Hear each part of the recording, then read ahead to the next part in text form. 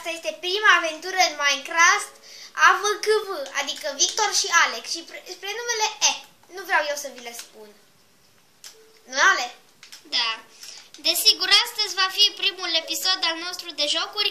Am mai făcut eu ceva videoclipuri pe YouTube, pe acolo cu... Să vă uitați la... Alex, spune-le tu titlul, că eu nu știu. Să vă uitați la...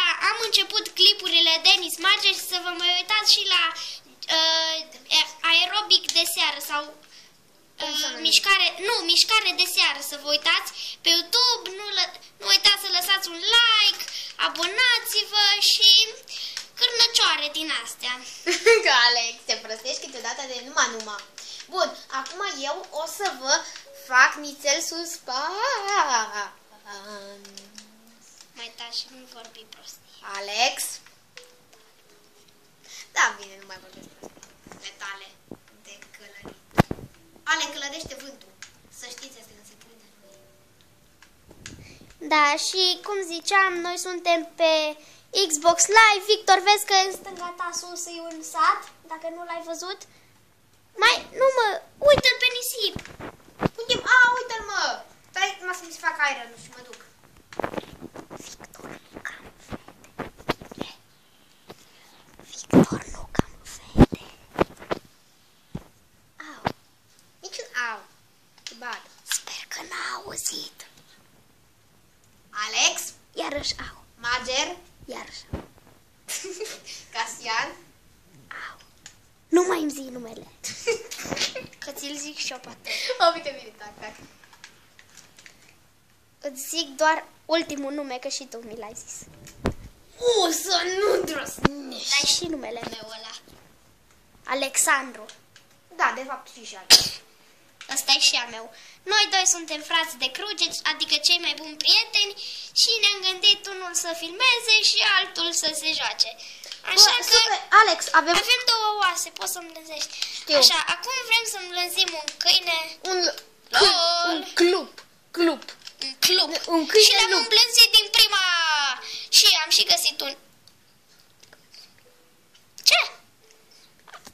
Avem și o fermă. Bun, aici. acum hai să vedem dacă avem și noi o fierărie pe undeva. Fierari, mă, nu fierărie. Fierărie, mă, că așa se numește casa.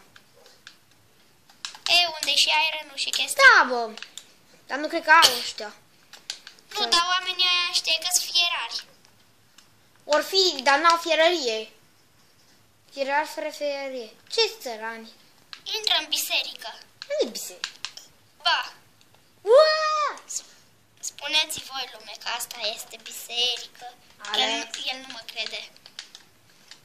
Lăsați un comentariu ce este, biserică sau casă normală sau cârnăciori, stricați, chestii. Este biserica. Bă, ăla-i popă. Nu, ăla e un fierar la biserică. Se roagă să nu vină cineva. Zombie. Să nu vină cineva. Un zombie. Nu, să nu vină cineva pe la el să-i dea cu fierele în cap. Pentru asta se roagă el toată ziua și toată ziua. Hai să vedem ce prostii ne mai ofre. Bă, fierar nebun. Dăm și mie ceva. Bă, no, tu ai cerut bătaie. Copile, tai-mă locului. Copile. Așa-ți trebuie. Dacă Am văzut? Bă, care l-a păcuțul meu? Ăsta-i. Trebuie să vedem cum e coada. Coada e bună.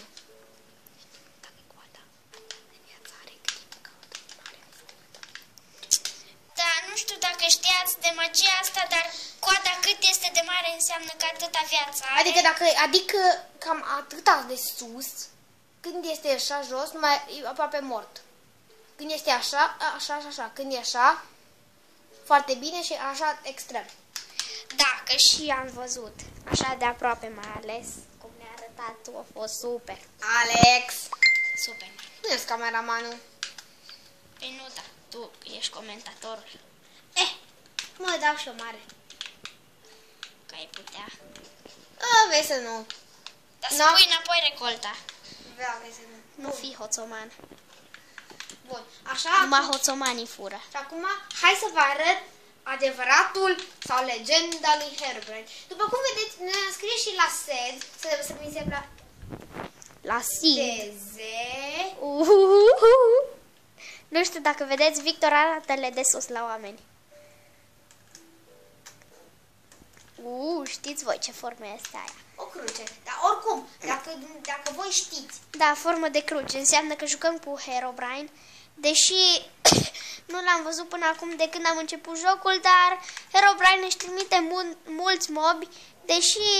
Chiar dacă e pe modul simplu. Da, adică e pe mod normal, difficulty 0 și tot a început.